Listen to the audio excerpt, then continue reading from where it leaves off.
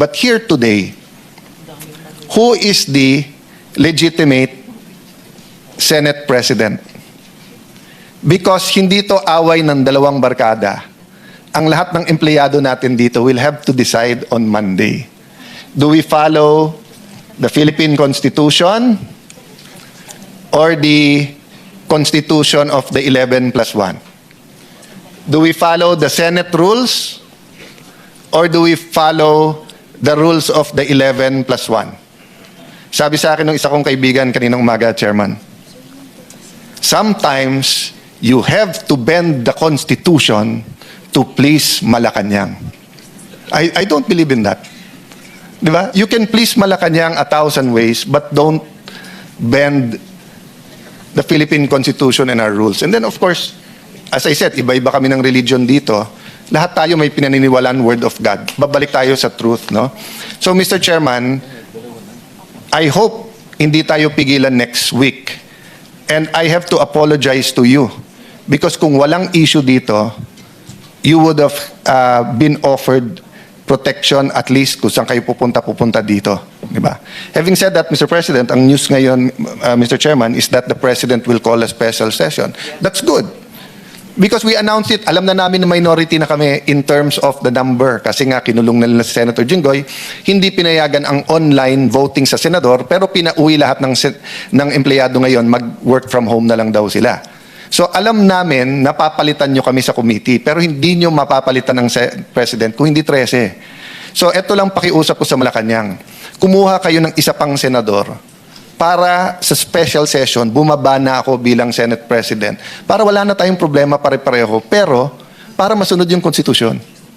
Kung pwede lang, Senator Amy, na bumaba ako today, Chairman, Senator Robin, gusto ko nang bumaba today as Senate President. Ang problema, I have a duty to the Filipino people and to the Philippine Constitution. Ang nakalagay, until your successor is elected. Hindi pa tayo nag-elect ng successor. So, OSAA, Secretariat, lahat ng empleyado, I'm sorry to put this on you. Not at the penalty of dismissal or cases. Hindi po ako ganun magtrabaho. Konsensya nyo. Alam nyo ang batas. Sino ang susundin nyo?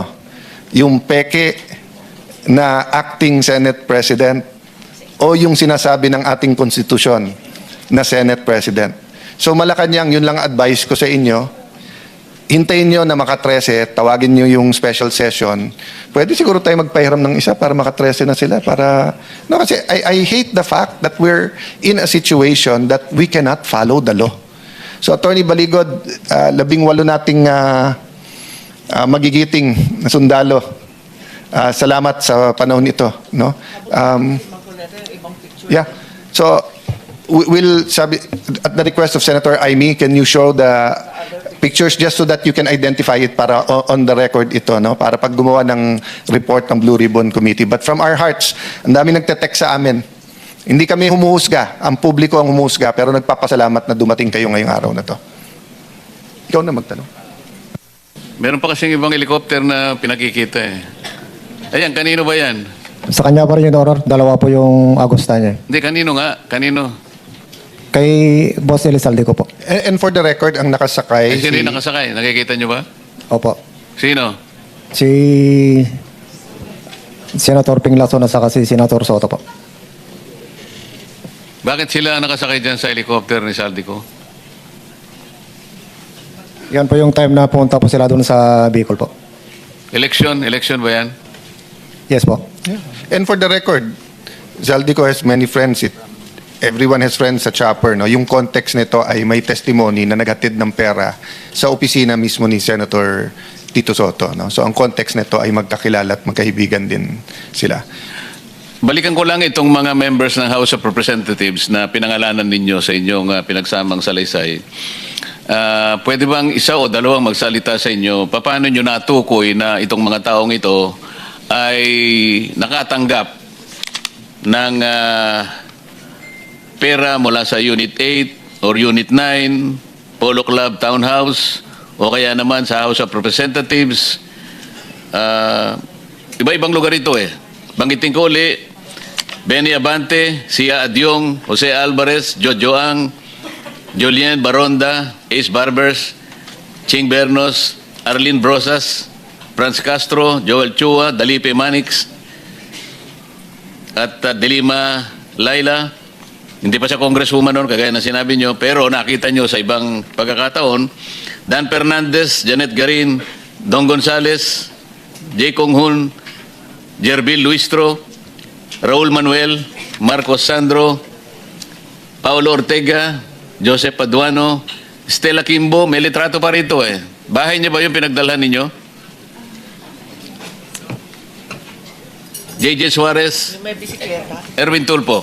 Meron nakalagay rito, pwede bang isalay sa inyo yung konting detalye? Bagamat nagkausap na tayo ngayon, nasabi ninyo ay gagawa kayo ng kaukulang detalye para patibayin lahat ito. Atty. Baligot, sino kayang pwedeng magsalita para lang itong mga binanggit nating paano nyo nakita at anong pagkakataon, maleta ba ang tinanggap, karton o shopping bag o expandable envelope na kagaya ng binabanggit nyo sa maraming paragraphs ng inyong pinagsamang salaysay? Your Honor, yung sa HOR po, lagi po kaming nagdadala dyan. Isang van po, bulletproof, na puno po ng, hindi naman po puno. Doon po namin nilalagay yung mga paper bag po. Para kanino? Galing po ito sa Horizon, Your Honor, binababa, kinakarga namin. Then pag yung time na napupunta kami ng Congress po, kasama po yung van na yun. Sa anong pagkakataon na ibibigay yung mga daladala ninyong mga naka-paper bag? Yun po. Nagmi-meeting po sila sa opisina po ni Boss Aldi. Then pagkatapos po noon, nakikita na po namin na yung dala po namin mga paper bag galing Horizon po, dala-dala na po nila, bit-bit na po nila. Kung hindi man sila yung EA po nila. Dahil kabisado ninyo yung mga daladala ninyong paper bag, pagka nabit-bit nila, alam ninyo na yun ang mga daladala ninyong paper bag. Yes, Your Honor. Nakikita po namin sa team ni Boss Aldi po. Maliban sa mga members ng Congress na binanggit natin, meron bang mga cabinet secretaries ang nabigyan ninyo ng maleta? Meron po. Yung si dating DBM, Secretary Amina Pangandaman. Pumunta po siya sa BGC po, Horizon Homes. Sino pa? Sa akin po, yun lang po ang nabigyan. Sa inyong mga ibang kasama, may natatandang ba kayo na secretary ng cabinet na nabigyan ng maleta o anumang kahon o paper bag o envelope o anumang container ng pera? Yes, Your Honor. Ako naman po ang nagpipick up weekly doon sa 20th Banaba sa Forbes Park kay Secretary Francisco Chulaurel Jr. Kasama ko po yung si Top Orly Gotesa, si PR Joey de Guzman, tapos dinadala namin sa bahay ni Joey de Guzman din po. Cabinet Secretary, pero meron kayong binabanggit na media? Ganun ba yun? Paano yun? Yes, sir. Kasi PR media niya si Joey de Guzman, sir. At pagkatapos kong mag-duty doon, sir, kasi nalipat ako sa ibang assignment sa asawa ni boss, kung Saldi ko, kay Ma'am Maylin Arco. Ang pumalit sa akin naman si Tap Taverdo, which is the same activity pa rin, sir. Kumukuha pa rin sila ng paper bag doon every week. Tapos dadalhin sa bahay ni Joey de Guzman para sa media po. So, ang binibigyan ninyo ay yung media? Yes, Your Honor. Then, tinatanong ko, cabinet secretaries.